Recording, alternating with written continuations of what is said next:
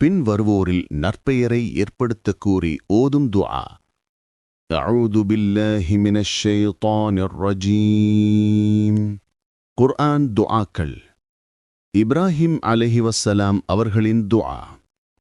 ரப்பி ஹபிலி ஹுக்மன் வஅல்ஹிக்னி பிஸ்ஸாலிஹீன் واجعل لي لسان صدق في الآخرين واجعلني من ورثة جنة النعيم.